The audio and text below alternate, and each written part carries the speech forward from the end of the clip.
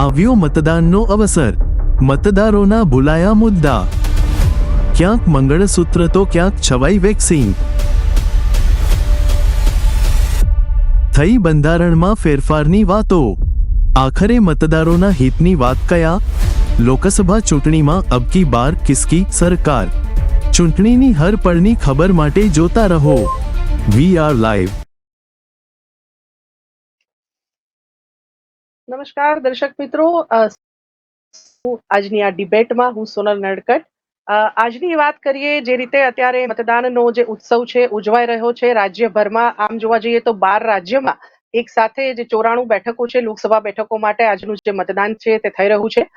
ગુજરાતની વાત કરીએ, ત્રીજા તબક્કામાં ગુજરાત સહિત જે 12 રાજ્યો છે તેમાં આજે મતદાન થઈ રહ્યું છે। ગુજરાતમાં 26 લોકસભા બેઠકો છે, જેમાંથી એક લોકસભા બેઠક ભાજપના ખાતામાં ઓલરેડી જઈ ચૂકી છે, સુરતની, અને માટે હવે 25 બેઠકો માટે આજે પૂરજોશમાં મતદાન થઈ રહ્યું છે। સવારે 7 વાગ્યાથી મતદાન શરૂ થયું છે અને જે મતદારો છે તે આજનો લોકશાહીનો પર્વ રંગેચંગે ઉજવી રહ્યા છે। સાંજે 6 વાગ્યા સુધી જે આ મતદાન છે તે ચાલવાનું છે। એક તરફ એવું લાગી રહ્યું છે કે ક્યાંક ગરમી થોડીક વેરી બનશે, પણ એવું લાગી રહ્યું છે કે સાંજ સુધીમાં જે મતદાન છે તે મોટા પાયે થઈ શકે છે।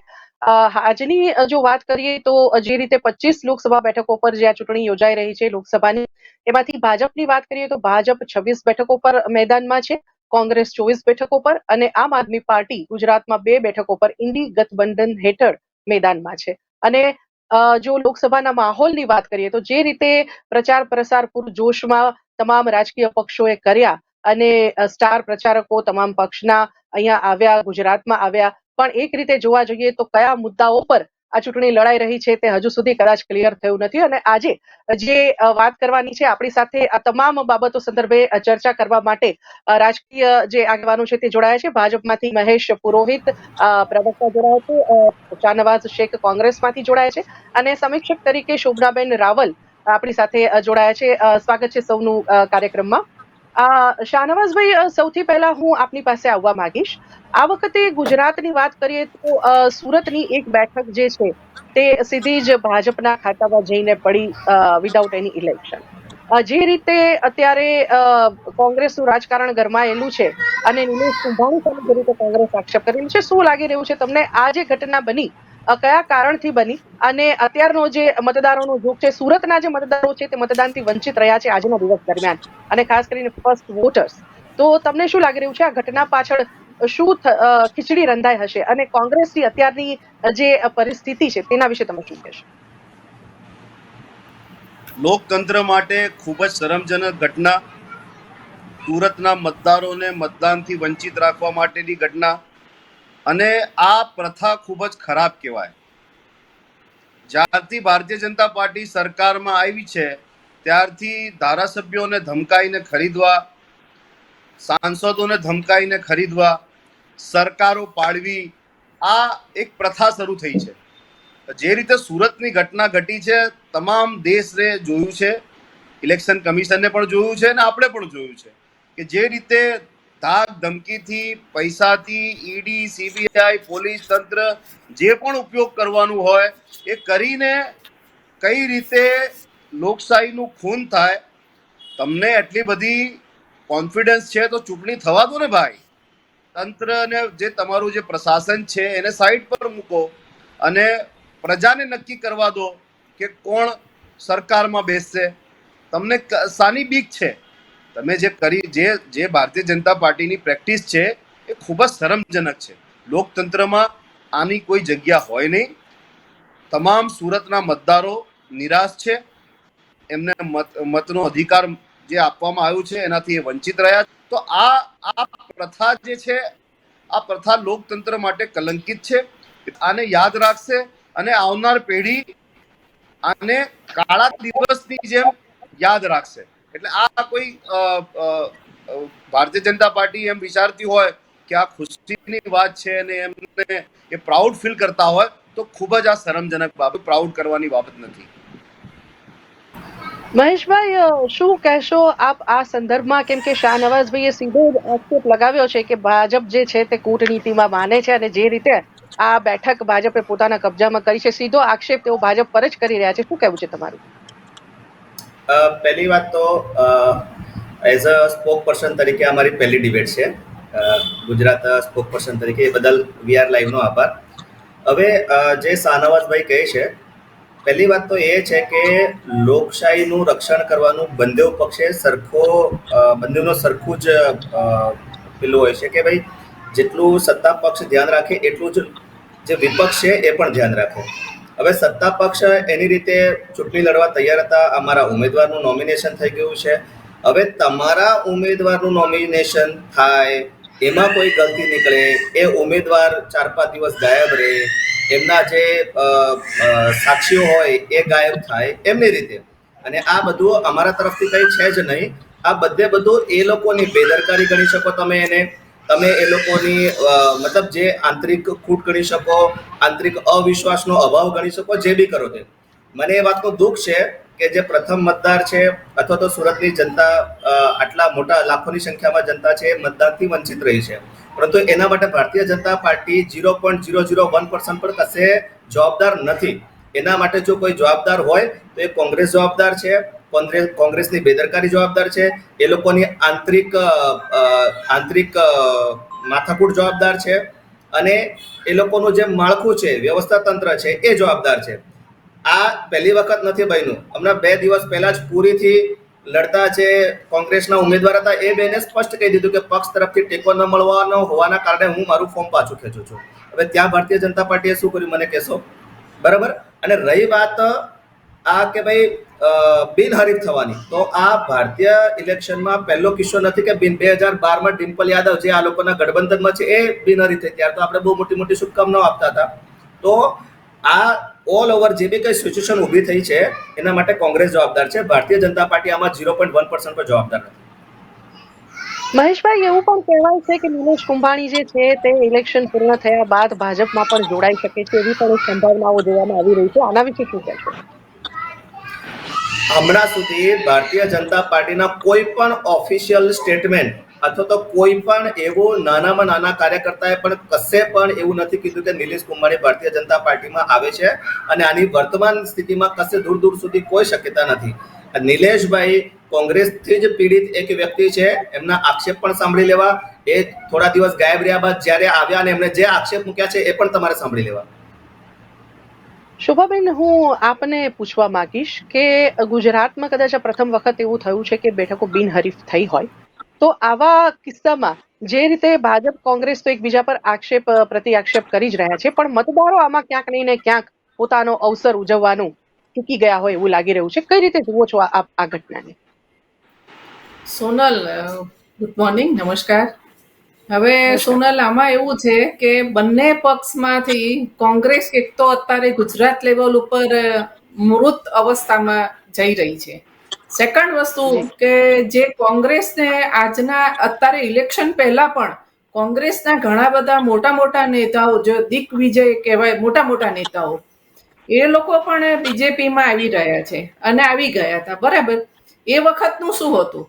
હવે ઇલેક્શનનું આવ્યું છે. ઇલેક્શન વખતે મતદારોનો જે મત છીનવાયો છે એની સાથે આપણા સમજ શક્તિથી આપણે વાત કરીએ, બરાબર છે, પણ એની સાથે પણ કઈક લેવલ ઉપર આવી વાત થઈ છે કે ભાઈ તમે આમાંથી પાછા હટી જાઓ, કે એની વે જે હોય, પણ કોંગ્રેસ વાળાઓને પણ ખ્યાલ આવી ગયો છે કે ભાઈ હવે આપણું અસ્તિત્વ કોઈ રહ્યું નથી કોંગ્રેસનું, અને આના અસ્તિત્વ નહીં રહેવા માટેનું કોંગ્રેસ ખુદ જવાબદાર છે. આમાં પ્રજા જવાબદાર નથી. આ પ્રજાનો જે મતદાનનો જે હક છીનવાયો છે એ કોંગ્રેસે જ છીનવાવડાવ્યો છે. કે કોંગ્રેસે જો અત્યારે આટલું આ શહેનાઝભાઈ બોલ્યા છે, એ કદાચ એ 6 મહિના પહેલા કે 6 વર્ષ પહેલા જો બોલ્યા હોત તો આવો કોક પણ નેતા ઉભો થઈ શક્યો હોત. અત્યારે કોઈ નેતા એવો કાબેલિયત જેવો નથી કે જે બીજેપીને ટક્કર આપી શકે. સેકન્ડ વસ્તુ એવું છે કે મતદારો જે સુરતના વંચિત રહી ગયા છે મતદાન કરવા માટે, એની માટે કોંગ્રેસના મોટા નેતાઓ અને કોંગ્રેસની અંદર અણબનાવો નાના ચાલી રહ્યા છે, અસંતોષો નાના ચાલી રહ્યા છે.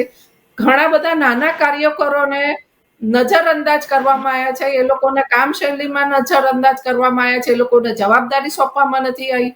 નાનામાં નાના કાર્યકરને જે માન સન્માન આપવું જોઈએ એ લોકો એને વંચિત રાખે છે. એ લોકોને જાણે નોકરશાહીની રીતે કોંગ્રેસ વાળાએ એ લોકોને એવી રીતે કરેલું છે. મારો એક પરિચિત યુવાન છે જે કોંગ્રેસનો આગળ પડતો યુવાન હતો વડોદરા શહેરનો, એ આજે યુવાન આઉટ ઓફ ગુજરાત ફરવા જતો રહ્યો છે. કેમ? તમે જ વિચાર કરો, આજે એનો વોટ કરવાનો દિવસ હતો તો એ 5 દિવસ 6 દિવસ પછી આવવાનો છે. કેમ કે અત્યારે કોંગ્રેસ મૃત અવસ્થામાં જઈ રહી છે. એને જીવિત રાખવી હોય તો કોંગ્રેસ વાળાએ આંતરિક રીતે અને એમનું જે ગઠબંધન હોય કે અંદરનું જે હોય એ બધું મજબૂત હોવું જ જોઈએ. આંતરિક એ લોકોએ મજબૂત થવાની જરૂર છે કોંગ્રેસ વાળાએ, કે નહીં કે અંદર એકબીજા પગ ખેંચવા, એકબીજાના શું કહેવાય એને ઈર્ષા કરવી, પેલો આગળ ના જવો જોઈએ, પેલી આગળ ના જોવી જોઈએ, એમાં આ બધું વસ્તુ ઊભી થઈ રહી છે. અમુક જગ્યાએ કોંગ્રેસ ઘણી બધી સ્ટ્રોંગ છે, એ જગ્યાએ બીજેપી વાળાને પણ થોડું ટેન્શન છે. જ્યાં સુરતમાં થયું છે એમાં કોંગ્રેસ ખુદ જવાબદાર છે, પ્રજા જવાબદાર નથી. પ્રજાની સાથે અન્યાય કર્યો છે તે કોંગ્રેસ વાળાએ જ કર્યો છે. એમને ખબર પડી ગઈ કે હું જીતવાનો નથી જ 100%. એની સાથે એને આ વસ્તુ કરેલી હોવી જોઈએ, મારું એવું માનવું છે. સોનલ જી, શાહનવાઝજી, શું કહેવું છે આપનું? કેમ કે લાંબા સમયથી આમ તો જોવામાં આવે તો કોંગ્રેસમાં જે જૂથબંધી છે અને ટાંટિયા ખેંચની જે હમણાં શોભાબેને વાત કરી, વર્ષોથી આ મુદ્દો જે છે તે કોંગ્રેસમાં કેન્દ્રમાં રહ્યો છે અને તેના કારણે જ દિગ્ગજ નેતાઓ કોંગ્રેસ છોડીને જતા રહ્યા છે. અને આ વખતે પરિસ્થિતિ એવી છે, આજે ચૂંટણી છે શાહનવાઝજી, એક રીતે જોવા જઈએ તો કોંગ્રેસના અસ્તિત્વની લડાઈ તરીકે જોવામાં આવી શકે એવું કહેવામાં પણ જરા પણ અતિશયોક્તિ નથી. કેમ કે જે રીતે આ વખતે સૌ જાણે છે કે કોંગ્રેસને ઉમેદવારો શોધવામાં પણ તકલીફ પડી હતી. કોંગ્રેસના જે દિગ્ગજ નેતાઓ છે, ભરતસિંહ સોલંકી હોય કે જગદીશ ઠાકોર હોય અને ઇવન રોહન ગુપ્તા, કે જેમનું નામ જાહેર થઈ ગયું હતું અને એમણે પીછેહટ કરી, આ રીતે તમારા મોટા મોટા નેતાઓ કોંગ્રેસના એ પણ ઇલેક્શનની ના કહી છે. તો આવા સંજોગોમાં શું કહેવું છે તમારું કે કોંગ્રેસ હમણાં જ જે શોભાબેને શબ્દ વાપર્યો કે મૃતપાય અવસ્થામાં જોવામાં આવી રહી છે ગુજરાતમાં, આ વખતે ઇલેક્શનમાં તમને શું લાગે છે? કોંગ્રેસના અસ્તિત્વની આ લડાઈ તમે ગણો છો કે કેમ? અને જો બેઠકોનો અંદાજ માંડીએ, જેમ હમણાં જ શોભાબેને વાત કરી કે કેટલીક એવી બેઠકો છે કે જ્યાં કોંગ્રેસ પોતે મજબૂત છે અને ભાજપને પણ ચિંતામાં મૂકે એવું છે, એવી કઈ બેઠકો તમે માનો છો કે જ્યાં કોંગ્રેસ હાલના તબક્કે મજબૂત છે? અને ખાસ કરીને જૂથબંધી તમને આ મતદાનમાં, આજના મતદાનમાં નડશે કે કેમ? શું લાગે છે? જો જ્યારે ભારતીય જનતા પાર્ટીનો જન્મ નથી થયો ને ત્યારથી કોંગ્રેસ આ દેશમાં કામ કરી રહી છે. આઝાદીની લડાઈ હોય એ પણ કોંગ્રેસે લડી, ભારતનું નિર્માણ કોંગ્રેસે કર્યું. અને આ તો આખો દિવસ લાગી જશે હું 17 વર્ષનો કોંગ્રેસની ગાથા ઉપર વાત કરું તો. પરંતુ આજના પર્સપેક્ટમાં આપણે વાત કરીએ તો ગુજરાતમાં 2004માં લોકસભાની ચૂંટણીમાં 12 લોકસભાની સીટો અમે જીત્યા હતા, 2009માં 11 સીટો અમે જીત્યા હતા, 2015માં 32 જિલ્લા પંચાયતોમાંથી 29 જિલ્લા પંચાયત અમે જીત્યા અને 2017માં 82 સીટ સુધી પહોંચ્યા. અને 8-10 સીટ વધારે આજ તો અમે 2017માં સરકાર બનાવી હોત ગુજરાતમાં. તો એવું નથી કે કોંગ્રેસ મજબૂત નથી, કોંગ્રેસ જીતી નથી રહ્યું. કોંગ્રેસે કર્ણાટકમાં સરકાર બનાવી, હિમાચલમાં સરકાર બનાવી, તમામ પ્રદેશોમાં જ્યાં ભારતીય જનતા પાર્ટીની સરકારો હતી ત્યાં કોંગ્રેસે સરકાર બનાવી. પછી રાજસ્થાન હોય, છત્તીસગઢ હોય, ઘણા બધા રાજ્યો, પછી બીજેપી જીતી, કોંગ્રેસ જીતી, એટલે હાર જીત ચાલ્યા કરે છે. પરંતુ એવું નથી કે કોંગ્રેસ નથી જીતી રહ્યું. વાત એટલી જ છે કે આજે ગુજરાતમાં 8 થી 10 સીટો ઉપર જબરજસ્ત ફાઇટ છે. જબરજસ્ત તરીકે ભાજપને અમે ટક્કર આપી રહ્યા છે અને 6 થી 7 બેઠક અમે જીતી પણ શકીએ છીએ. જે રીતે ભૂતકાળમાં 2004 6 થી 7 બેઠકોનો અંદાજ આપો છો આપ કે જેના પર આ વખતે કોંગ્રેસ જીતી શકે છે? બિલકુલ જીતી શકે છે. કારણ કે જે રીતે ઉમેદવારોની પસંદગી થઈ છે, જે રીતે અમે જે ખાસ કરીને બનાસકાંઠાની વાત કરીએ, પાટણની વાત કરીએ, જામનગર, જુનાગઢ, અમરેલી, રાજકોટ, છોટાઉદેપુર, ભરૂચ, ગઠબંધનની સીટ કહીએ તો પછી આપણે વલસાડ, એટલે 8-10 સીટો એવી છે કે જ્યાં ભારતીય જનતા પાર્ટી પ્રધાનમંત્રીને વારંવાર સભા કરવા ગુજરાતમાં આવવું પડે છે. એ દર્શાવે છે. અને જે રીતે પ્રધાનમંત્રીની ભાષા અને જે રીતે પ્રધાનમંત્રીનું ભાષણ, જે રીતે પ્રધાનમંત્રીની બોડી લેંગ્વેજ એમનું કોન્ફિડન્સ જે છે એ લોસ થતું દેખાઈ રહ્યું છે. સાઉથમાં ખૂબ જ બુરી ખરાબ હાલત છે ભારતીય જનતા પાર્ટીની. આજે ત્રીજા તબક્કાની ચૂંટણી ચાલી રહી છે. 2 ફેઝ આના પહેલા ચૂંટણી થઈ ગઈ છે. આ બંને ફેઝમાં ભારતીય જનતા પાર્ટી પાછળ છે. એટલે જે આખા દેશમાંથી જે રિપોર્ટ આવી રહ્યા છે, જે સમાચારો મળી રહ્યા છે, એમાં ભારતીય જનતા પાર્ટી ખૂબ જ ખરાબ પરિસ્થિતિમાં છે. જ્યારે 400 પારની વાતો કરતા હતા, હવે અત્યારે વાતો કરવાની બંધ કરી દીધી છે. એટલે કહેવાનો મતલબ એ છે કે ગુજરાતમાં પણ અમે સારી સ્થિતિમાં છીએ અને આવનાર દિવસોમાં વધુ મજબૂત થશે કોંગ્રેસ પાર્ટી અને અમે સીટો જીતવાના છે. આ વખતે ભારતીય જનતા પાર્ટી જે રીતે 2009માં, 2014માં અને 2019માં જે 26 બેઠકો બીજેપી જીતી હતી ગુજરાતમાં, આ વખતે એ થવાનું નથી. આ વખતે 26 બેઠક બીજેપીને મળવાની નથી. આ પ્રજાનો રોષ દેખાઈ રહ્યું છે. જે રીતે ગુજરાતમાં વાતાવરણ તમે જુઓ, જે રીતે ક્ષત્રિય સમાજ નારાજ છે, જે રીતે ગરીબ નારાજ છે, જે રીતે ખેડૂત નારાજ છે, આજે યુવાનો બેરોજગાર છે, આજે મોંઘવારી આટલી બધી વધી ગઈ છે અને જે રીતે પેપર ફૂટી રહ્યા છે, જે રીતે ગુજરાતમાં ડ્રગ્સનું જે એન્ટ્રી ગેટ ગુજરાત બની ગયું છે, આ બધા મુદ્દાઓ છે. તો આ બધા મુદ્દાઓની સામે પ્રજા મત નાખશે, ભારતીય જનતા પાર્ટીના વિરુદ્ધમાં મતદાન થશે અને ગુજરાતમાં કોંગ્રેસની સીટો વધશે.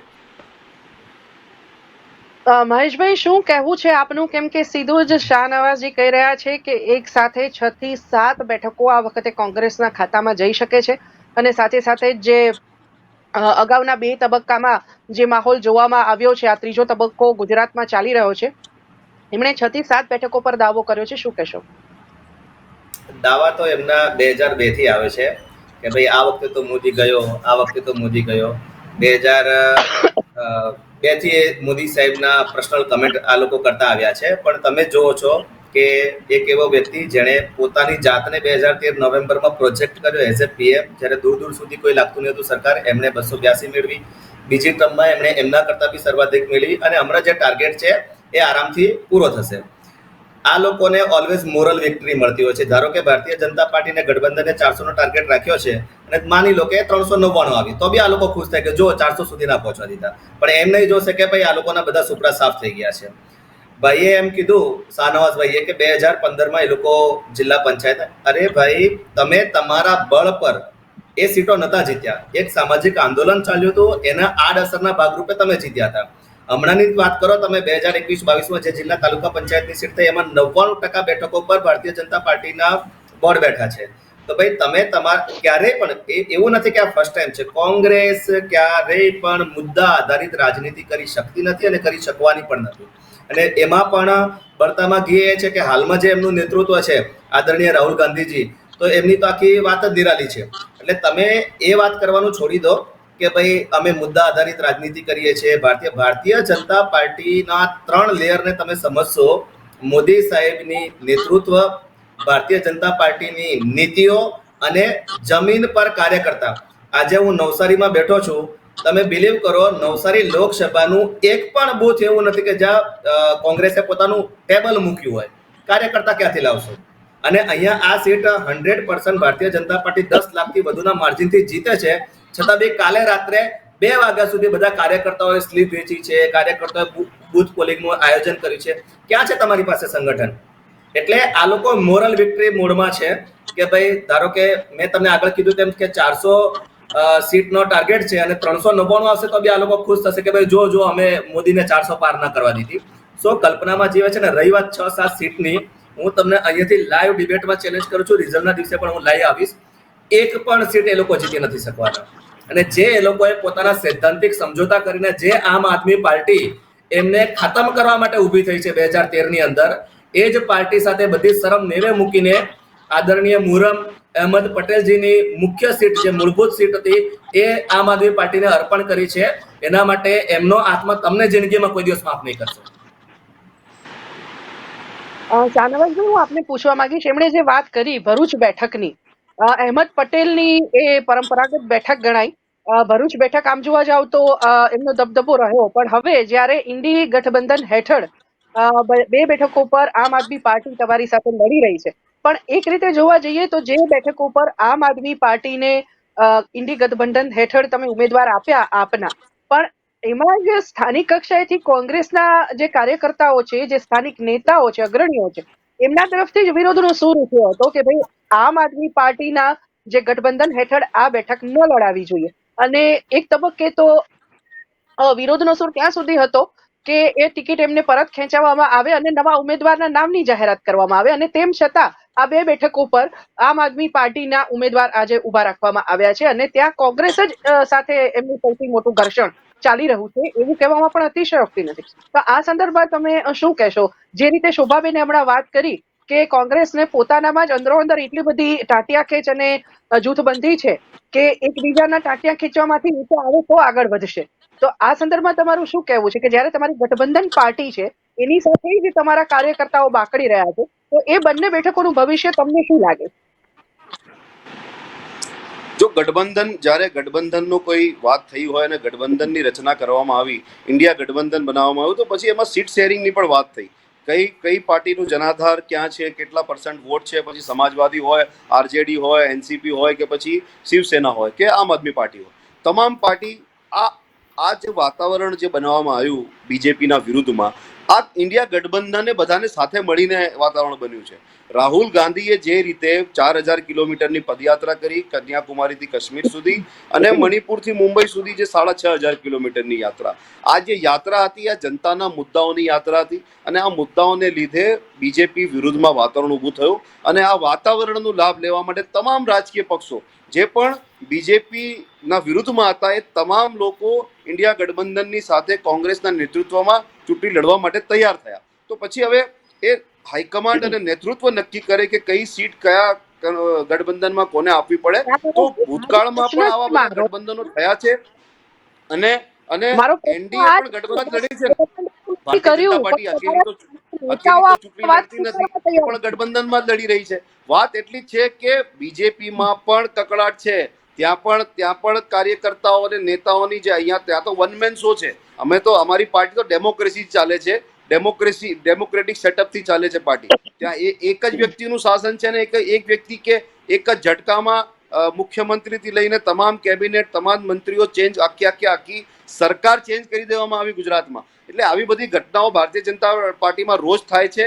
કોઈ પણ નેતાને સાઇડ લાઇન કરી દેવામાં આવે, પછી વસુંધરા રાજે હોય રાજસ્થાનમાં કે પછી શિવરાજસિંહ ચૌહાણ મધ્યપ્રદેશમાં. એટલે આવી બધી ઘટનાઓ તો ભારતીય જનતા પાર્ટીમાં પણ થઈ રહી છે. પરંતુ કોંગ્રેસ જનતાના મુદ્દાઓ સામે આ પહેલી વાર જે ચૂંટણી છે જનતાના મુદ્દાઓ પર થઈ રહી છે. ભારતીય જનતા પાર્ટી 10 વર્ષમાં શું કામ કર્યું એના ઉપર કેમ વોટ નથી માંગતા, એ એમનું રિપોર્ટ કાર્ડ રજૂ કરે અને પછી મત માંગે. પરંતુ 10 વર્ષમાં કોઈ એવું ચોક્કસ કામ કર્યું નથી અને એના ઉપર મત માંગી શકે એમ નથી, એના ઉપર મત મળી શકે એમ નથી. એટલે જુદી વાતો કરે છે. આજે મોંઘવારી ઉપર કોઈ ચર્ચા કરવા માટે તૈયાર નથી. 2 કરોડ રોજગારની વાત કરવામાં આવી હતી. 1 વર્ષમાં 2 કરોડ રોજગાર એટલે 10 વર્ષમાં 20 કરોડ રોજગાર નથી આપી શકી ભારતીય જનતા પાર્ટી. મોંઘવારી ઉપર એમણે આંદોલનો કર્યા, પરંતુ મોંઘવારી કોઈ પણ સ્તરે ઉપર એમ એક પણ વસ્તુ તમે કોઈ પણ ગૃહિણીને પૂછો કે પરિવારમાં એની રસોડાની શું હાલત છે,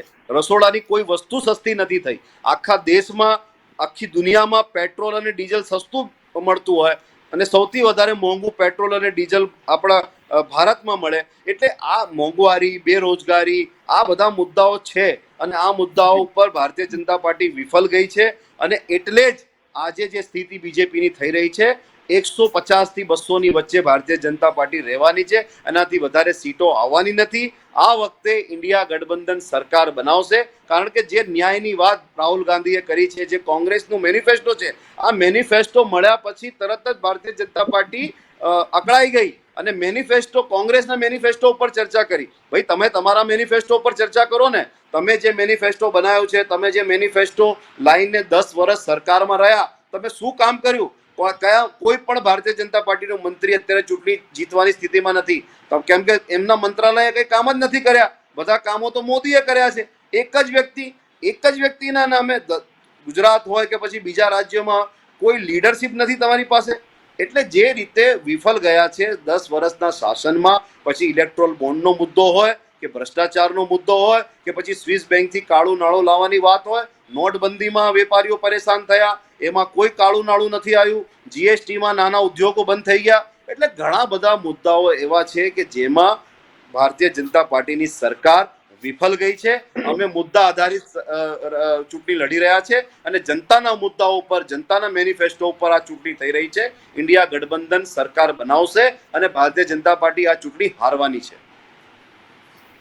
શોભાબેન, હું આપને પૂછવા માંગીશ, જે રીતે શાહનવાઝજીએ હમણાં વાત કરી કે જે મુદ્દાઓ આ વખતની ચૂંટણીના મુદ્દાઓ, એક રીતે જોવા જઈએ તો આપ વિશ્લેષક તરીકે પણ છો અને ખાસ કરીને ગૃહિણી પણ છો, તો મોંઘવારી છે, મોંઘું થતું શિક્ષણ છે કે પછી મોંઘું થતું પેટ્રોલ છે, આ તમામ બાબતોને તમે પણ વધારે સારી રીતે સમજી શકશો. શું લાગી રહ્યું છે આ વખતની ચૂંટણીમાં કયા મુદ્દાઓ મુખ્ય રહ્યા? જે રીતે કેટલાક નેતાઓના બોલેલા શબ્દો ઉપર વિવાદ થયા, નાના મોટા વિવાદ થયા, વિરોધ થયા, એ બધું તો બરાબર છે, પણ મુખ્ય મુદ્દાઓ તમને કયા લાગી રહ્યા છે? ઘણી વખત એવો આક્ષેપ થઈ રહ્યો છે, સામાન્ય નાગરિકો તરફથી પણ એવી વાત સામે આવી રહી છે, મતદારો એવું કહી રહ્યા છે કે જે મુખ્ય મુદ્દાઓ મતદાતાને સીધા લાગુ પડે છે, એવા કોઈ મુદ્દા પર આ વખતે કોઈ નેતા કેમ બોલતો નથી? આવો પ્રશ્ન મતદારો પણ કરી રહ્યા છે. શું લાગી રહ્યું છે તમને? કયા મુદ્દા આધારિત આ વખતની લોકસભા ચૂંટણી તમને લાગી રહી છે? ઓલ ઓવર વાત કરીએ તો ગુજરાત સહિત. સોનલ, પહેલી વાત તો હું એક નાગરિક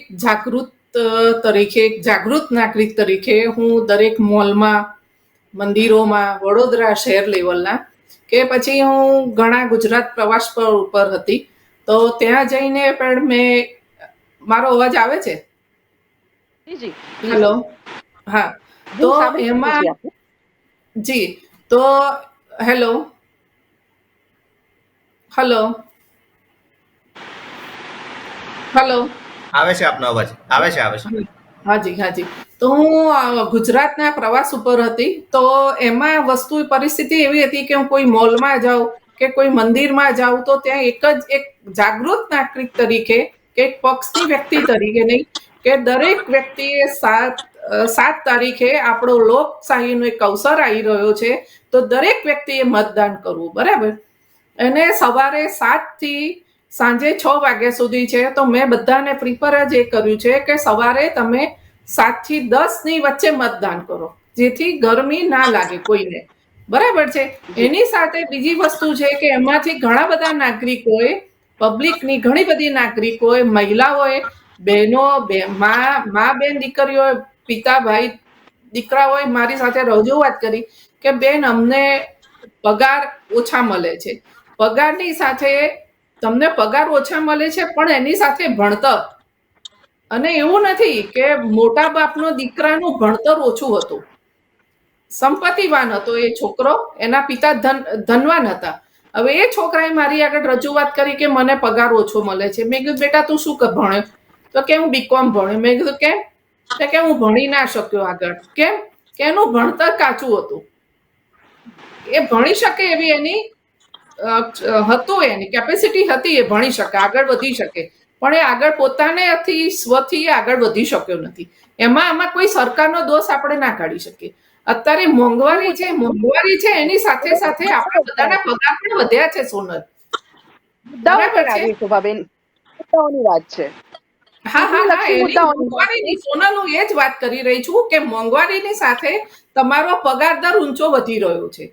બીજું કે મહિલાઓને અત્યારે ગેસનું સિલિન્ડર જે 1400-1500 થઈ ગયું હતું, એની જગ્યાએ અત્યારે 900 થયું છે, 800 થયું છે.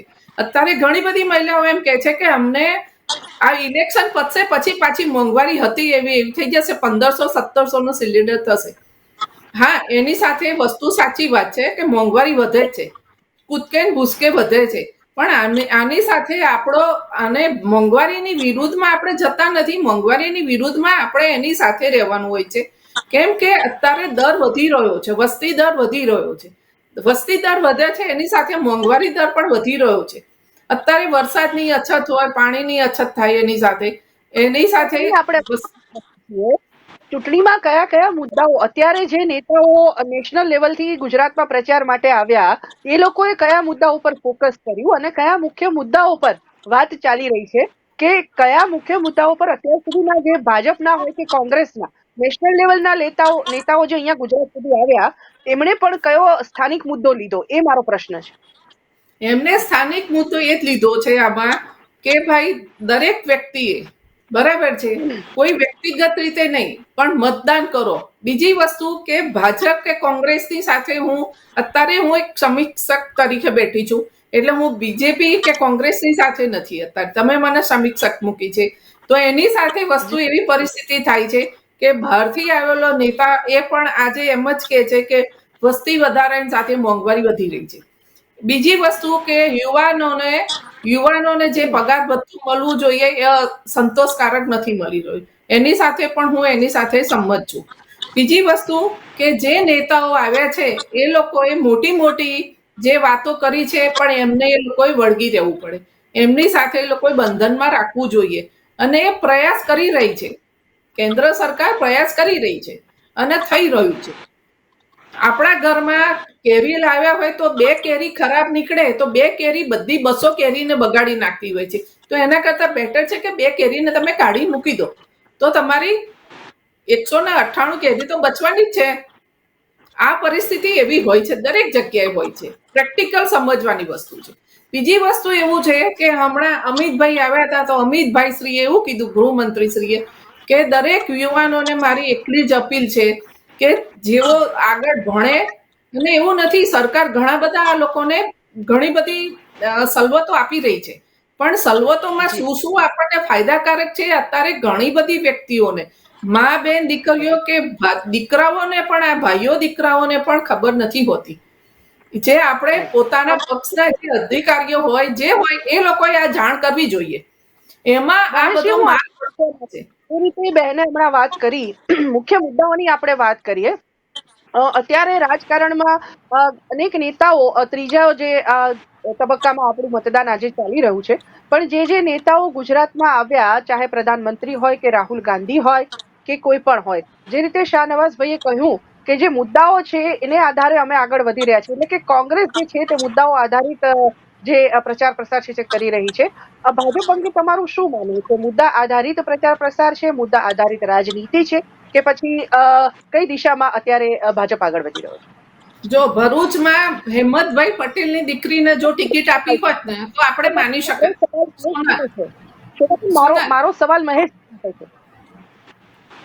મારો સવાલ મહેશજી માટે છે. જી મહેશભાઈ. સોનલબેન, હાજી બેન, હવે હું તમને એક સિમ્પલ વસ્તુ સમજાવું કે ભારતીય જનતા પાર્ટી કેવી રીતે મુદ્દા આધારિત કામ કરે છે અને વર્ષોથી કરતી આવી છે. ભારતીય જનતા પાર્ટીએ પોતાના પહેલા સંકલ્પ પત્રમાં રામ મંદિર બનાવ્યું કે ભાઈ અમે રામ મંદિર નિર્માણ કરશું, જે બી રીત, જે એના માટે જે બેસ્ટ અવેલેબલ વે હશે એ અમે યુઝ કરશું, બરાબર છે. એના બાદ અસંખ્ય ઇલેક્શનો થયા. સિંગલ ટાઈમ ભારતીય જનતા પાર્ટીએ રામ મંદિરને પોતાના મેનિફેસ્ટોમાંથી બહાર કાઢ્યું નથી, અને ફાઇનલી રામલલા બિરાજમાન થઈ ગયા. ભારતીય જનતા પાર્ટીએ પોતાના પહેલા મેનિફેસ્ટોમાં એવું લખ્યું હતું કે ભાઈ અમે 370 હટાવશું, બરાબર છે. ત્યારબાદ જે પરિસ્થિતિ આવી, ભારતીય જનતાના ગમે તેટલા અપડાઉન્સ આવ્યા, એ અપડાઉન્સને પણ ક્યારે એના પ્રેશરમાં આવીને એમણે 370ને સાઈડ પર કરી નથી, અને ફાઇનલી 370 5 ઓગસ્ટ 2019ના રોજ 370 હટી ગઈ. ત્યારબાદ કોઈ પણ, હું તો એમ કહું છું કે શાહનવાઝભાઈને ચેલેન્જ આપું છું કે ભારતીય જનતા પાર્ટીનો કોઈ પણ મેનિફેસ્ટો સંકલ્પ પત્ર ઉઠાવી લે, બરાબર છે. એ સંકલ્પ પત્ર ભલે ગમે એટલો જૂનો હોય, એના મોટા ભાગના કાર્યો ઓલમોસ્ટ પૂર્ણ થવા પર છે. હાલમાં પણ તમે મોદી સાહેબનું કોઈ પણ ઇન્ટરવ્યુ લઈ લો, મોદી સાહેબનું કોઈ પણ ભાષણ લઈ લો, અમારા ભારતીય જનતા પાર્ટીના કોઈ પણ નેતાનું ભાષણ લઈ લો, એમની ધારો કે 1 કલાકની સ્પીચ છે તો 40-45 મિનિટની સ્પીચ છે, બરાબર છે. 40 મિનિટ સુધી એમણે શું કામ કર્યા, કેટલી નવી એમ્સ બનાવી, કેટલી નવી હોસ્પિટલ બનાવી, કેટલી મેડિકલ સીટ વધારી, કેટલા નવા મેડિકલ કોલેજ ઊભા કર્યા, ઇઝી ઓફ ડુઈંગ બિઝનેસમાં ભારતનો કેટલો મોટો છલાંગ કૂદકો માર્યો છે, EPFOમાં કેટલા કરોડ લોકોને રોજગારી મળી છે. 2 વર્ષના આંકડા બી બોલું તો 2 કરોડ રોજગારની વાત કરી હતી. હા, યસ, 2 કરોડ રોજગાર, બરાબર, યસ, એ 2 કરોડ રોજગારની વાત છે. એને એમ તો તમે કીધું 15 લાખ રૂપિયા એકાઉન્ટમાં આવશે, દરેક વ્યક્તિના એકાઉન્ટમાં 15 લાખ રૂપિયા આવશે. ક્યાં આયા 15 લાખ રૂપિયા? હવે જો એક વર્ષમાં 2 કરોડ રોજગારની વાત થઈ હતી, તો 10 વર્ષમાં 20 કરોડ રોજગાર આપવા જોઈએ ને તમારે. 2 કરોડ રોજગારની વાત કરીને યુવાનોના મત લીધા તમે, તો 2 કરોડ રોજગાર નથી આપી શક્યા તમે. 10 વર્ષમાં 20 કરોડ રોજગાર થાય તો રોજગાર તો છે નહીં, યુવાનો બેરોજગાર ફરી રહ્યા છે. જો વિકાસ થયું હોય, ડેવલપમેન્ટ થયું હોય, તો યુવાનોને રોજગાર કેમ નથી મળી રહ્યું? રોજગારી અત્યારે Okay. સૌથી મોટો ચલો. પ્રશ્ન સામે આવી રહ્યો છે. શું કહેશો જી, આના જી. સંદર્ભમાં શાહનવાઝજી? જી. નહીં, આમાં સીધી વસ્તુ મારે છે જવાબ કે જો આપવાનો છે. ડેવલપમેન્ટની વાત ભારતીય જનતા પાર્ટી 10 વર્ષની ડેવલપમેન્ટની વાત કરતા હોય તો વાત એટલી જ છે કે દેશના યુવાનોને રોજગાર કેમ નથી આપી શક્યા. વાત એટલી જ હતી કે 2 કરોડની વાત કરી તમે, 2 કરોડ રોજગાર આપવાની વાત હતી તો 10 વર્ષમાં 20 કરોડ રોજગાર થાય. એની જગ્યાએ જો નોકરી માટે પરીક્ષા આપે અને પેપર લીક થાય, વિદ્યાર્થી દરેક આખા દેશમાં દરેક રાજ્યમાં પેપર લીક થઈ રહ્યા છે અને વિદ્યાર્થીઓ અને યુવાનો તો નિરાશ થઈ ગયા છે કે આ સરકાર પાસેથી રોજગાર મળશે જ નહીં. તો જે રીતે રોજગારના મુદ્દે વિફલ ગયા છે, મોંઘવારીના મુદ્દે વિફલ ગયા છે, જનતાને રાહત આપવામાં વિફલ ગયા છે. કોઈ પણ જનતા રાહત નથી. WHO ના મત મુજબ ભારતમાં કોરોનામાં 50 લાખ લોકો મરી ગયા છે અને જે રીતે કોવિડમાં જે અવ્યવસ્થા થઈ, જે લોકો ચાલતા આખા પોતપોતાના ગામડામાં પોતપોતાના રાજ્યોમાં પગપાળા લોકો પહોંચ્યા, જે અવ્યવસ્થા થઈ, એ તમામ ઘણા બધા મુદ્દાઓ છે. ભારતીય જનતા પાર્ટી સરકારમાં જો રાજ્યમાં પણ છે અને કેન્દ્રમાં પણ છે તો તમામ જે પણ મુદ્દાઓ છે તમામ મુદ્દાઓ પર સોનલબેન, તમારો અવાજ કટ થાય છે. સોનલ, તારો અવાજ કટ થાય છે. ઓકે. બીજેપી શાસનમાં છે, રાજ્યમાં પણ અને કેન્દ્રમાં પણ. તો જે પણ સોનલ, મુદ્દાઓ તારો છે અવાજ એના કટ સવાલનો થાય છે. જવાબ એમને જ આપવા પડે.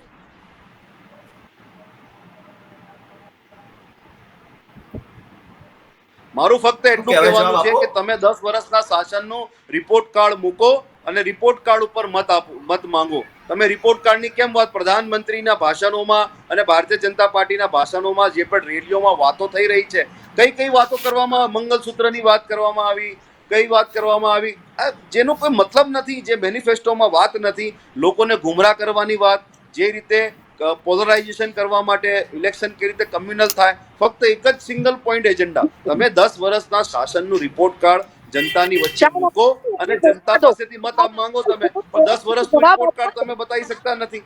તમે જે પણ વાદા કરીને, જે પણ વચનો આપીને સરકારમાં આવ્યા હતા, એ તમામ વચનો તમે જૂઠા સાબિત થયા છે. તમે કીધું હતું કે ભાઈ સ્વિસ બેંકમાંથી તમામ પૈસા લઈ આવીશું, કાળું નાણું આવી જશે, તમામના એકાઉન્ટમાં 15 લાખ રૂપિયા આપી દઈશું, પણ આ નથી થયું. એટલે જનતા તમારી પાસેથી જવાબ માંગી રહી છે કે 10 વર્ષના શાસનમાં તમે જે વચનો આપ્યા હતા તમે ના નિભાવી. જનતા જવાબ માંગે છે, એમને જવાબ આપવા દો. મહેશજી, જવાબ આપો. એમને જે સવાલ કર્યા છે, let him speak. Shahnawazji, please. Maheshji, બોલો. જી. પહેલી વાત તો એ છે કે એમને જેટલા બી અમારા નેતાના ભાષણો છે એમને સિલેક્ટિવ ગમે છે એ જ સાંભળે છે, બાકી નથી ગમતા. જે એમને જ્યાં જવાબ મળે છે એવા એમને સાંભળવાનું એમને કદાચ ગમતું. સ્પીચ ઉઠાવી લો, હું હમણાં જ એક લિંક મોકલું અને અહીંયા લાઈવ ચલાવો ડિબેટમાં. મોદી સાહેબનું 1 કલાકનું ભાષણ હોય તો 45 મિનિટની અંદર એમ કહેશે કે અમે કેટલા નવા એરપોર્ટ બનાવ્યા, અમે કેટલી નવી એમ્સ બનાવી, અમે કેટલી આઈઆઈએમ બનાવી, કેટલી આઈએમ્સ બનાવી, ઇન્ફ્રાસ્ટ્રક્ચર જે પહેલા 15 કિલોમીટરના એવરેજથી બી નતો બનતો તે હમણાં 23 કિલોમીટર પર ડેની એવરેજથી બને છે અને આખી દુનિયા જોઈએ છે. શાહનવાઝભાઈને રાહુલ ગાંધીના ચશ્મા પહેર્યા હોય તો ન દેખાય, એક અલગ વસ્તુ છે. શાહનવાઝભાઈએ એમ કીધું છે કે ભાઈ 15 લાખ રૂપિયા આપવાની વાત હતી તો એ 15 લાખ રૂપિયા ક્યાં છે મારા? બરાબર છે, સિમ્પલ વસ્તુ છે. આ લોકોને હું શું કહીશ, કોઈ હોય આ લોકો હકીકત માની લેતા હોય છે. બરાબર છે. મોદીજીનું એ સ્પષ્ટ નિવેદન છે કે એમણે એવું કીધું છે કે એટલો બધો પૈસો છે કે પર હેડ 15 લાખ રૂપિયા આવે, બધો પૈસો બેનામી સંપત્તિ છે ઓલ ઓવર. બરાબર છે. એનું હવે એ 15 લાખ રૂપિયા કેવી રીતે જમા થાય ને એનું હું તમને એક સિમ્પલ ઉદાહરણ આપું. બરાબર છે. મારેટિવ્સ છે, બરાબર, એનું ઓપરેશન હતું હમણાં જસ્ટ 2 મહિના પહેલા જેમનું ઓપરેશન હતું. મારો અવાજ આવે છે? કટ થાય છે અવાજ, મહેશભાઈ આપનો. કપાય છે, અવાજ કપાય છે, મહેશભાઈ. ઓકે, હવે આવે છે? રિફ્રેશ કર. હવે આવે છે હેલો. મેમ? હા, જી, અવાજ જી, હવે આવે છે. સંભળાય. હા, હવે આવે છે મેમ મારો અવાજ? જી. 15 લાખ કેવી રીતે જમા થાય ને એનું હું તમને સિમ્પલ લોજિક સમજાવું. મારા હમણાં રિલેટિવ્સ હતા, એમને ઓપરેશન મહિના પહેલાની જ વાત છે, બહુ જૂની વાત બી નથી, અને એ ઓપરેશનનું કોસ્ટિંગ 9.5 લાખ રૂપિયા હતું. બરોબર છે. હું સાથે રહ્યો છું, હું જેમની સાથે મેડિકલ ટ્રીટમેન્ટમાં સાથે રહ્યો છું, સિંગલ રૂપીઝ એમણે હોસ્પિટલ નથી કરાવવા પડ્યા અને 9 વર્ષ પૂર્વક ઓપરેશન થયું છે ને એમને નવી જિંદગી મળી છે. 15 લાખ રૂપિયા આવી રીતે જમા થાય છે. 15 લાખ રૂપિયા કેશ જમા એ खटाखट वालों यह सिस्टम नहीं. खटाखट लाख रुपया जमा हो जाएगा और ये हो जाएगा. खटाखट समाज ने व्यवस्थित रीते अपलिफ्ट करवानी होय छे. समाज ने व्यवस्थित रीते एक स्ट्रक्चराइज में एमने अप करवानी होय छे. नहीं के खटाखट नाखी दीधुं અને પેલા ખાઈ લીધું ને પાછો હોઈ ગયો ને પાછા બીજા દિવસે ખટાખટ કરવા માટે હાથ લંબાવી લીધા. બરાબર છે, એવી રીતે નથી કરવાનું હતું ભાઈ. બરાબર છે. અને તમે રોજગારી કરો છો, ઈપીએફઓ ના ડેટા છે. બરાબર છે, ઈપીએફઓ ના આફ્ટર કોરોના ના ડેટા છે. 2021-22 માં 1 કરોડ રોજગાર મળ્યા છે. બરાબર છે, કોઈ પણ રીતે. બરાબર છે, 2022 માં 1.39 કરોડની રોજગારી પ્રાપ્ત થઈ છે. ઈપીએફઓ ના ડેટા છે, મારા ઘરના ડેટા નથી, ભારતીય જનતા પાર્ટીની કોઈ સંસ્થાના ડેટા છે. અને એવું તો હું તમને એક નહીં એવી 100 વસ્તુ ગણાવી શકું, 100 વસ્તુ. પણ તમારી પાસે લોજિકલ જવાબ નહીં હશે. તમે ખુદ એવો આરોપ મૂકો છો કે ભાઈ બીજેપી કોમ્યુનલ કરે છે. તમે જ મને કહો, સૌથી પહેલું સ્ટેટમેન્ટ સનાતન ધર્મને ખતમ કરવાનું સ્ટેટમેન્ટ ક્યાંથી સ્ટાર્ટ કર્યું અને કોણે કર્યું? 30 લાખ સરકારી નોકરી ખાલી છે. પ્રાઇવેટ સેક્ટરની તો વાત જ છોડ દો. તમારા જે સરકારના હાથમાં હોય એવી 30 લાખ સરકારી નોકરી ખાલી છે. તમે પૂછો છો ભાઈ 30 લાખ નથી મારા ભાઈ. મહેશભાઈ, 30 લાખ તો સરકારી પદ ખાલી છે. સરકારના હાથમાં છે. ટોટલ ઈચ્છો તો ભરી શકો તમે. આજે તમે ઈચ્છો ને તો ભરી શકો તમે. અરે મારા ભાઈ, આ ડેટા ખોટો છે. ખાલી છે અત્યારે સરકારમાં. આ ડેટા જ ખોટો છે મારા ભાઈ. ટોટલ 30 લાખ હોય, 30 લાખ સો એક બી કર્મચારી નથી. તમારા ડેટા ખોટો છે. કોઈએ તમને ખોટું વોટ્સએપ કરી દીધું છે. સરકારના ડેટા છે. પાર્લામેન્ટ તમને ખોટું વોટ્સએપ કરી દીધું છે. સરકારે ડેટા આપ્યો છે પાર્લામેન્ટ. તમારા જ કોઈ તમારા પક્ષના ભાઈ, તમારા પક્ષના જ કોઈ માણસે તમારી લાઈવ બેઇજ્જતી કરવા માટે તમને ખોટું વોટ્સએપ કરી દીધું છે. તમે તો વોટ્સએપ થી તો તમારી સરકાર ચાલે છે ભાઈ મહેશભાઈ. અમે તો પાર્લામેન્ટના જે આંકડા ઉપર એના ઉપર વાત કરી રહ્યા છે કે ભાઈ સરકારના જે 30 લાખ પદો ખાલી છે, જે સરકારના પોતાના હાથમાં છે, એ તમે કેમ નથી ભરી રહ્યા? તમે પ્રાઇવેટ સેક્ટરની તો વાત ન કરો. તમારા ગૃહમંત્રી તો કહે છે કે ભાઈ પકોડા તળો, એ પણ રોજગાર છે. એટલે જે વાત છે, તમે જે નોકરીઓની વાત કરી હતી અને 15 લાખની જે તમે વાત કરો છો ને, એ 15 લાખ રૂપિયા તમે ક્યાં આપ્યા મને ખબર છે. જે 22 ઉદ્યોગપતિઓ છે ને દેશમાં, એ લોકોના 16 લાખ કરોડ રૂપિયા 16 લાખ કરોડ રૂપિયા માફ કરી દીધા. એમના ખેડૂતોનું દેવું કેમ માફ નથી કરવામાં આવ્યું ભાઈ? 700 ખેડૂતો આત્મહત્યા કરે દેશમાં, એમનું દેવું માફ કરવામાં ના આવે. અને જે 20-22 ઉદ્યોગપતિ જે પ્રધાનમંત્રીજીના મિત્રો હોય, પ્રધાનમંત્રીજી એમના પ્લેનમાં એમની સાથે ફરતા હોય, એવા મિત્રોને 20-22 મિત્રોના 16 લાખ કરોડ રૂપિયા માફ કરી દેવામાં આવ્યા. તો એ કોના પૈસા હતા? એ જનતાએ જે ટેક્સ ભર્યું છે એના પૈસા છે. કોઈ પણ હેલ્થની સ્કીમ કે કોઈ પણ યોજના ચાલતી હોય, એ જનતાના ટેક્સના પૈસાથી ચાલતી હોય. તમે જે જીએસટી જે રીતે ગબ્બરસિંહ ટેક્સ લઈને આયા, એ ટેક્સના લીધે નાના ઉદ્યોગો બંધ થઈ ગયા. તમે પૂછો, નાના જે કારખાના ચાલતા હતા, નાની ફેક્ટરીઓ ચાલતી હતી, નાની દુકાનો ચાલતી હતી, જે રીતે જીએસટી નો સ્લેબ જે પછી જ્યારે ભૂલ સમજાવી તો સ્લેબ ઓછું કરવામાં આવ્યું. આજે એક ગરીબ માણસ જેની ઇન્કમ મહિને 5,000 રૂપિયા છે, એને પણ એટલો જીએસટી આપવું પડે છે. અને જેની ઇન્કમ મહિને 5 કરોડ રૂપિયા છે, એ પણ એટલું જીએસટી ચૂકવે છે કોઈ પણ વસ્તુ ખરીદી કરે ત્યારે. એટલે જે અસમાનતા, આર્થિક અસમાનતા ઊભી થઈ છે આખા દેશમાં, તો એ આર્થિક અસમાનતાની સામે લડવા માટે કોંગ્રેસે ન્યાયની વાત કરી છે. કોંગ્રેસે લોકોને એમ્પાવર કરવાની વાત કરી છે. કોંગ્રેસે કીધું છે કે મહિલાઓના ખાતામાં 1-1 લાખ રૂપિયા આવશે. કોંગ્રેસે કીધું છે કે પહેલી નોકરી પક્કી આપવામાં આવશે. વિદ્યાર્થીઓને, યુવાનોને 1-1 લાખ રૂપિયા ટ્રેનિંગ માટે આપવામાં આવશે. કોંગ્રેસે કીધું છે ખેડૂતોના તમામ દેવા માફ કરી દેવામાં આવશે. કોંગ્રેસે કીધું છે કે લોકોને રાહત આપવા માટેની વાત અને આર્થિક અસમાનતા દૂર કરવા માટે કાસ્ટ સેન્સસની વાત, જાતીય ફોકસ થતા હોય તો પછી ઇન્ડી ગઠબંધનમાં પોતાને જ અંદરો અંદર કેમ ઝઘડાઓ ચાલી રહ્યા છે? જ્યારે બંગાળની વાત કરીએ તો મમતા દીદી કહે છે કે અમે બંગાળમાં એકલા લડીશું, ઇન્ડી ગઠબંધનની સાથે હતા. અન્ય જે ગઠબંધન છે ત્યાં પણ તકલીફ સામે આવી રહી છે. તો શું કહેશો? ઇન્ડી ગઠબંધન અત્યારે પોતે જ અંદરો અંદર લડાઈ લડે છે, એના સંદર્ભમાં તમારું શું કહેવું છે? જે રીતે અહીંયા ગુજરાતમાં પરિસ્થિતિ થઈ કે આપની સાથે તમે તો હાઈકમાન્ડે તો ગઠબંધન કરી લીધું, પણ પછી જ્યારે ખરેખર આપના ઉમેદવાર તમે મેદાનમાં ઉતાર્યા ત્યારે સ્થાનિક જે કોંગ્રેસી આગેવાનો છે, જે સ્થાનિક નેતાઓ છે, એ જ લોકો વિરોધ કરી રહ્યા છે. તો આવા સંજોગોમાં અંદરો અંદર જ તમારી જે લડાઈ છે એના સંદર્ભમાં તમે શું કહેશો? કઈ રીતે ઇન્ડી ગઠબંધનનો જે સંઘ છે તે આગળ વધશે? સોનલબેન, હું બીજા રાજ્યોમાં પણ પ્રચાર કરવા જઈને આવ્યો છું, બીજા રાજ્યોમાં પણ જઈને આવ્યો છું.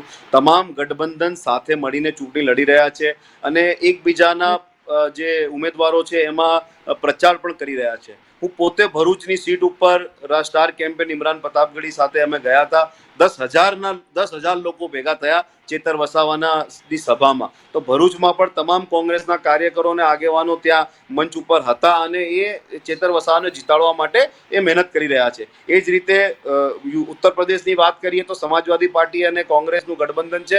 એટલે તમામ લોકો ગઠબંધન આમાં વાત એટલી જ છે કે જે પણ લોકો બીજેપીની નીતિઓથી અને બીજેપી સરકારથી ત્રાહિમામ પોકારી ગયા છે એ તમામ લોકો એક સાથે છે અને આજે બીજેપીની સામે બધા એક સાથે થઈને લડી રહ્યા છે. જે રીતે જે ગઠબંધનના કેન્ડિડેટ બિહાર, ઉત્તર પ્રદેશ અને સાઉથમાં અને બીજા મહારાષ્ટ્રમાં તમામ રાજ્યોમાં જે રીતે ઉમેદવારો લડી રહ્યા છે અને તમામ કાર્યકર્તાઓ સાથે મળીને ઉમેદવારને જીતાડવા માટે મહેનત કરી રહ્યા છે.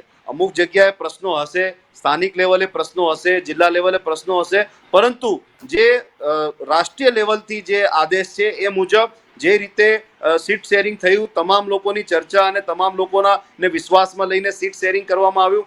જે રીતે ભારતીય જનતા પાર્ટી કોઈ દિવસ એનડીએની કોઈ દિવસ મિટિંગ નથી બોલાવી, એનડીએના સભ્યોને કોઈ દિવસ પૂછ્યું નથી કોઈ બાબતમાં, અને જે રીતે જ્યારે ઇન્ડિયા ગઠબંધન બન્યું એટલે જે રીતે એ પરેશાન થયા, જે રીતે હેરાન થયા અને પછી એનડીએના સભ્યોને બોલાવવા લાગ્યા અને મળવા લાગ્યા. એટલે એ ભારતીય જનતા પાર્ટી પણ અકેલી ચૂંટણી નથી લડી, એમનું પણ એનડીએ ગઠબંધન છે. જે રીતે કોંગ્રેસ અને સમાજવાદી, આરજેડી, એનસીપી, શિવસેના, આમ આદમી પાર્ટી આ તમામ લોકોનું ઇન્ડિયા ગઠબંધન છે. એ જ રીતે અકાલી દળ હોય કે પછી ઇન્ડી ગઠબંધનમાં છે. વિખવાદ જે છે તે એનડીએમાં નથી, ઇન્ડી ગઠબંધનમાં છે. પણ એનડીએ ગઠબંધન છે. એ પણ કોઈ ભારતીય જનતા પાર્ટીનું સિંગલ પાર્ટી નથી, એ પણ એનડીએ ગઠબંધનમાં ચૂંટણી લડી રહી છે. એ જ રીતે અમે ઇન્ડિયા ગઠબંધનમાં ચૂંટણી લડી રહ્યા છીએ. નથી આવ્યો શાહનવાઝજી, જે વિખવાદ સામે આવ્યો છે તે ઇન્ડી ગઠબંધનનો સામે આવે છે. જે એડી ચોટીનું જોર લગાવી રહ્યું છે, એનડીએ જે અત્યારે આગળ વધી રહ્યું છે, એકજૂટ થઈને આગળ વધી રહ્યું છે. જે તકલીફો ઊભી થઈ રહી છે તે ઇન્ડી ગઠબંધનમાં ઊભી થઈ રહી છે. અને આ સંદર્ભમાં હું મહેશજીને પૂછવા માંગીશ. મહેશજી, શું કહેશો આપ? જે રીતે શાહનવાઝજી વાત કરી રહ્યા છે કે ઇન્ડી ગઠબંધન જે છે તે નેશનલ લેવલ પર દરેક રાજ્યમાં એક સરખી રીતે આગળ વધી રહ્યું છે, એક સંપથી આગળ વધી રહ્યું છે, અને એનડીએ પણ ગઠબંધનથી ચાલી રહ્યું છે, આ વાત કરી રહ્યા છે. શું કહેશો ઇન્ડી ગઠબંધનના સંદર્ભમાં? શું કેવું છે તમારું? આ કેટલું યુનિક ગઠન છે એ તમે જુઓ. દિલ્હીની અંદર આમ આદમી પાર્ટી સાથે આ લોકોનું ગઠબંધન છે, પંજાબમાં નથી, બરાબર છે. કેરળની અંદર રાષ્ટ્રીય સ્તર પર ગઠબંધન છે, રાજ્ય સ્તર પર નથી, બરાબર છે. ઉત્તર પ્રદેશ છેલ્લે જતા જતા નાનો મોટો એ લોકોને ફેરફાર કરીને ના છૂટકે છેલ્લે રાયબરેલીને શું કે અમેઠી ગિફ્ટ કરશે. કંઈક તો એ લોકોનો કોમન મિનિમમ એ હોત ને, તો મતલબ તમે ભેગા થયા તો કોઈ કોમન હેતુ માટે ભેગા થયા હોય, કોમન હિત માટે ભેગા થયા હોય. આ લોકોનું એક પણ કોઈ કોમન હિત જ નથી, પ્રજાહિતની વાત નથી. ચલો, લોકો ભેગા થયા છે, બરાબર, વેલ એન્ડ ગુડ. હવે તમે મને કહો, જેટલા પક્ષ છે ને બધા અલગ કેમ છે ભાઈ?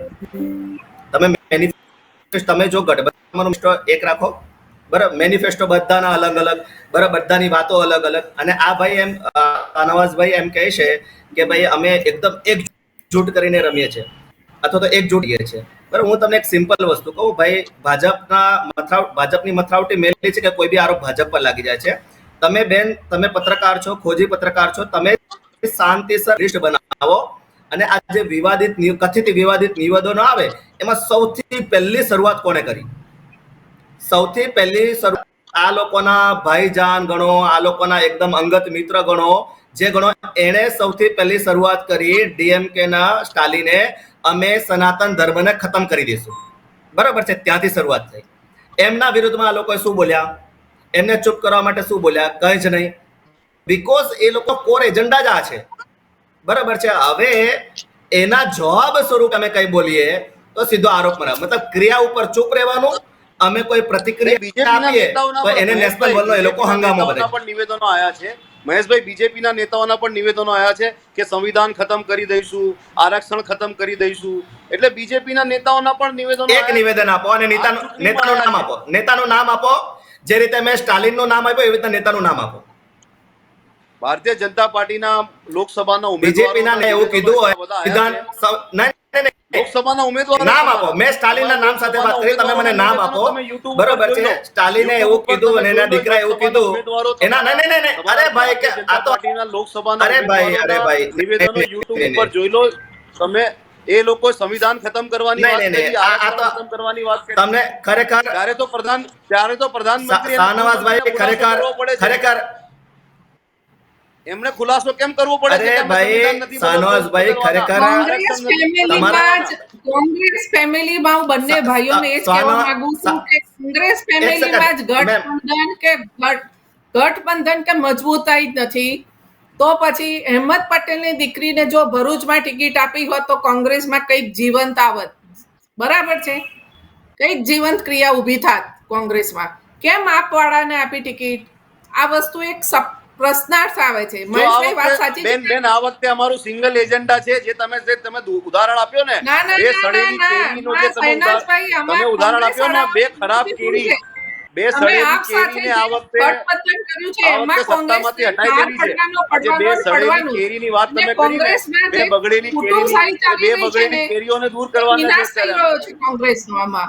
ના એક વસ્તુ સાચી છે, જે મહેશભાઈ કહી રહ્યા છે સદંતર વાત સાચી છે.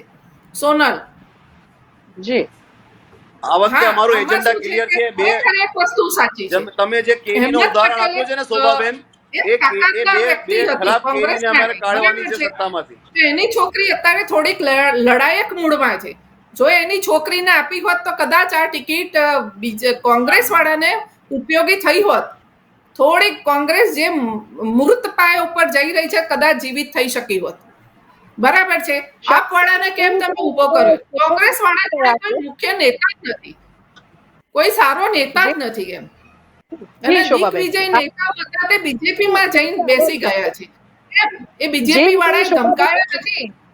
સોનલ આ વસ્તુ ખરેખર સમજવાની છે. સોનલ, જે કોંગ્રેસ વાળા અત્યારે બીજેપી ઉપર, સરકાર ઉપર જે પ્રહાર કરી રહી છે ખોટા છે, અગણિત છે. એના માટે કોઈ ગણિત જ નથી બંધાતું. સોનલ જી, શાહનવાઝજી જે રીતે વાત કરી, શોભાબેન લેટ મી સ્પીક. જે રીતે શોભાબેને વાત કરી કે કોંગ્રેસ અત્યારે મૃતપાય બની ગઈ છે અને કોંગ્રેસ પાસે કોઈ નેતા પણ નથી, એ હકીકત આ વખતે સામે આવી છે શાહનવાઝજી કે શરૂઆતમાં જ્યારે ઉમેદવારો શોધવાના થતા હતા ત્યારે કોંગ્રેસને આ વખતે બહુ ફાંફા પડ્યા. મેં આપને શરૂઆતમાં પણ પૂછેલું કે જે દિગ્ગજ નેતાઓ છે સ્થાનિક કોંગ્રેસના, પછી તે ભરતસિંહ સોલંકી હોય કે જગદીશ ઠાકોર હોય, એ લોકો ચૂંટણી લડવાની મનાઈ કરી ચૂક્યા હતા પહેલેથી જ.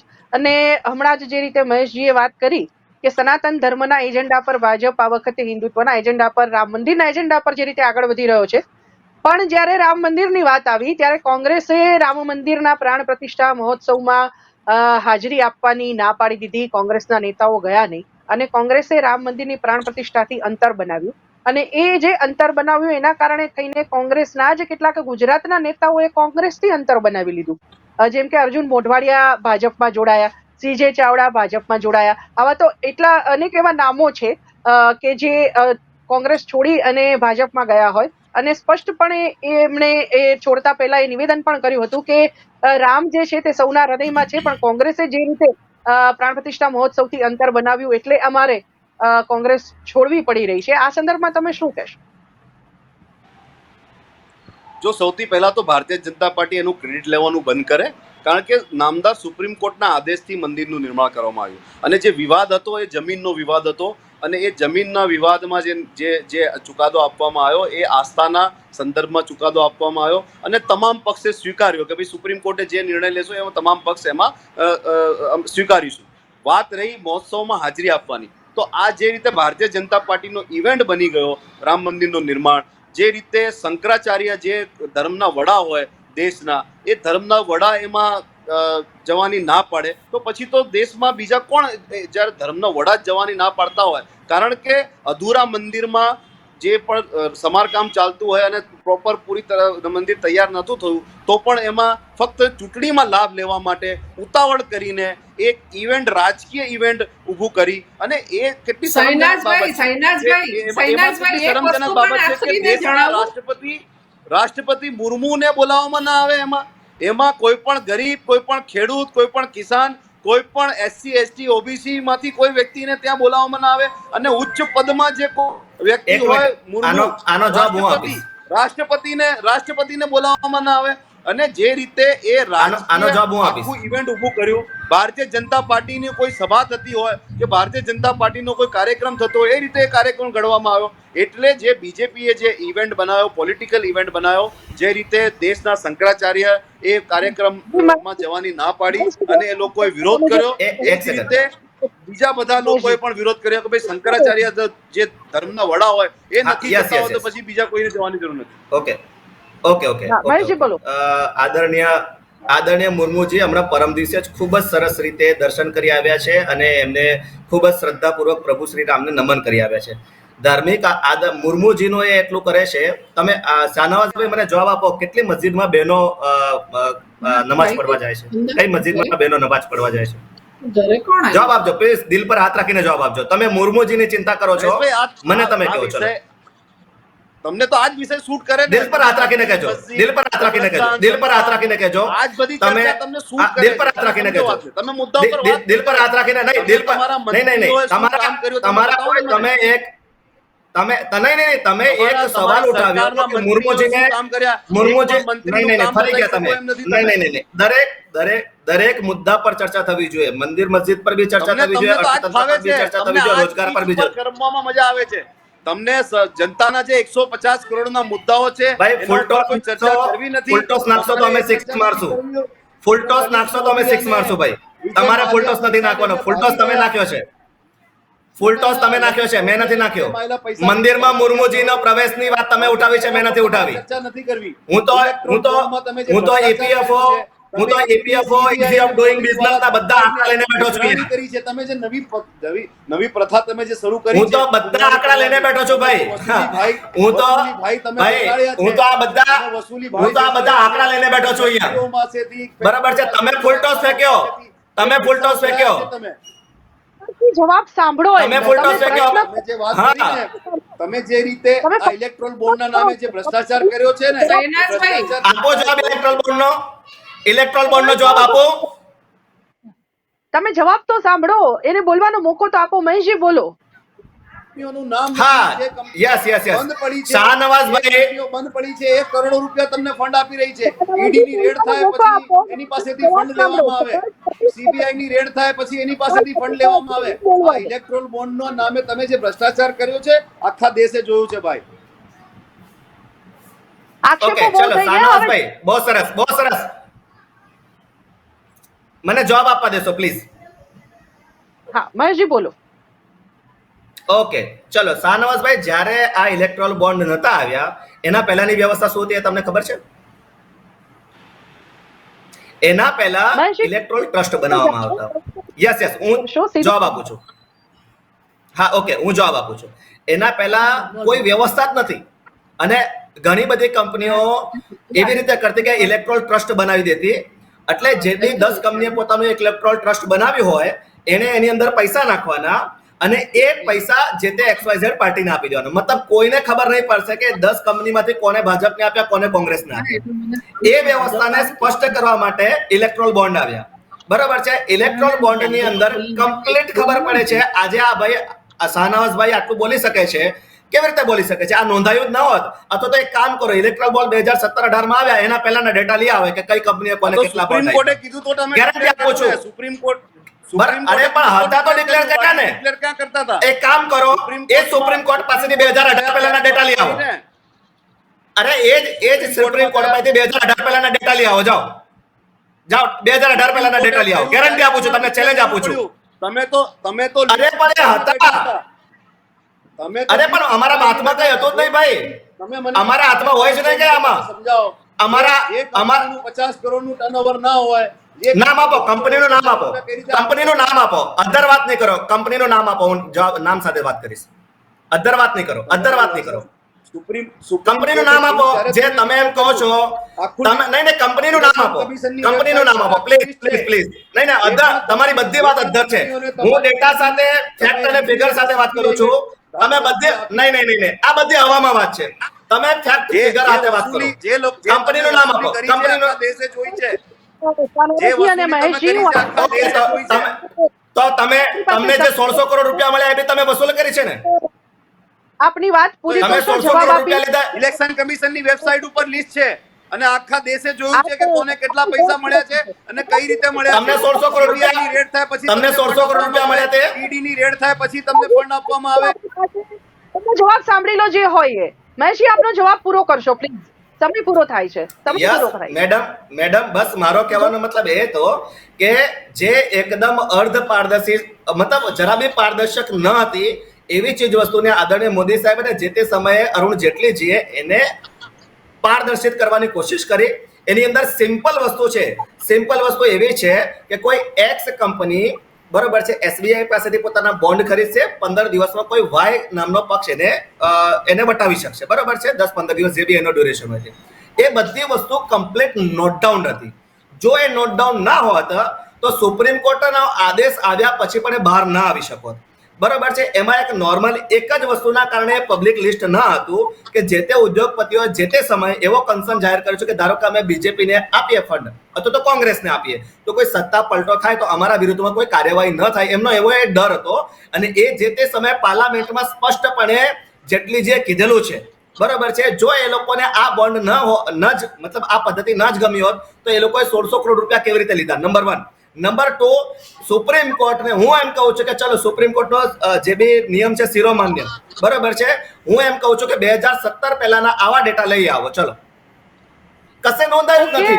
ઇલેક્ટ્રોલ ટ્રસ્ટ હતા તે સમયે, એ લોકોએ એ સમયે મેડમ એ સમયે ઇલેક્ટ્રોલ ટ્રસ્ટ હતા. ટ્રસ્ટની અંદર આ લોકો પૈસા ભેગા કરતા અને કોઈ બીને વેચી દેતા. નોબડી નોઝ કે કોને આપ્યા. પૂરો કરશો. છેલ્લો સવાલ સાંભળી લો બંનેને, મહેશજી અને શાહનવાઝજી બંનેને. મારો છેલ્લો સવાલ છે, આજનું જે મતદાન થઈ રહ્યું છે કેટલી બેઠકો માટે આશ્વસ્ત છો ગુજરાતમાં? શાહનવાઝજી, કોંગ્રેસ માટે બોલજો. જો કોંગ્રેસ જનતાના મુદ્દા ઉપર ચૂંટણી લડી રહી છે અને ગુજરાતની જનતા કોંગ્રેસ ઉપર વિશ્વાસ કરી રહી છે, કોંગ્રેસની ગેરંટી ઉપર વિશ્વાસ કરી રહી છે અને અમને પૂરેપૂરો ભરોસો છે કે આજે મતદાન થઈ રહ્યું છે, કોંગ્રેસના ફેવરમાં મતદાન થઈ રહ્યું છે. 10 સીટો ઉપર ખૂબ જ તાકાતથી અમે ચૂંટણી લડી રહ્યા છે અને એમાં ભારતીય જનતા પાર્ટીને અમે હંફાવી રહ્યા છે. પણ મને પૂરેપૂરી ઉમ્મીદ છે કે 6 થી 7 બેઠક ગુજરાતમાં કોંગ્રેસ જીતવા જઈ રહી છે. તમારું શું અનુમાન છે ભાજપ માટે? બરોબર છે, અમારું તો સ્પષ્ટ માનવું છે 1 બેઠક તો ઓલરેડી અમે બિનહરીફ જીતી ગયા છે. બાકીની બધી 25 બેઠકમાંથી કમસે કમ 10 બેઠકો એવી હશે જે આરામથી 5 લાખથી તેથી વધુના માર્જિનથી જીતશું અને બાકીની તમામ બેઠક 1 લાખથી લઈને 5 લાખના માર્જિન વચ્ચે જીતશું. મતલબ અને આ વખતે પણ કોંગ્રેસના ભાગે એક મતલબ મરઘીનું ઈંડું આવશે. તો આ હતા ભાજપ કોંગ્રેસના નેતાઓ અને સાથે જ વિશ્લેષક આપણી સાથે જોડાયા હતા. આજની જે ડિબેટ થઈ, જે કોંગ્રેસ અનુમાન લગાવી રહી છે 10 બેઠકો માટે અને સામા પક્ષે ભાજપ જે અનુમાન લગાવી રહ્યું છે 26 બેઠકો પર વિજયનો જે વિશ્વાસ છે તે ભાજપે વ્યક્ત કર્યો છે. પણ હમણાં જે મહેશજીએ કહ્યું તેમ કે 10 થી વધુ બેઠકો, એક તરફ કોંગ્રેસ 10 બેઠકોનું અનુમાન લગાવે છે અને બીજી બાજુ ભાજપ 10 થી વધુ બેઠકો પર 5 લાખથી વધુ લીડનું જે વિશ્વાસ છે તે વ્યક્ત કરી રહ્યા છે. જોઈએ આજના દિવસ દરમિયાન મતદાન સતત ચાલુ છે. શરૂઆતના 2 કલાકની જો વાત કરીએ તો સરેરાશ 9.87% જેવું મતદાન થઈ ચૂક્યું છે. હજુ સાંજે 6 વાગ્યા સુધી જે આ મતદાનનો સિલસિલો છે તે જારી રહેશે. એ દરમિયાન જોતા રહો VR લાઈવ અને સતત આજે જોતા રહો લોકશાહીના મહાપર્વ સંદર્ભે ડિબેટની ચર્ચાઓ. ધન્યવાદ. આવ્યો મતદાનનો અવસર. મતદારોના ભૂલાયા મુદ્દા. ક્યાંક મંગળસૂત્ર તો ક્યાંક છવાઈ વેક્સિન. થઈ બંધારણમાં ફેરફારની વાતો. આખરે મતદારોના હિતની વાત કયા? લોકસભા ચૂંટણીમાં અબકી બાર કિસકી સરકાર? ચૂંટણીની હર પળની ખબર માટે જોતા રહો VR લાઈવ.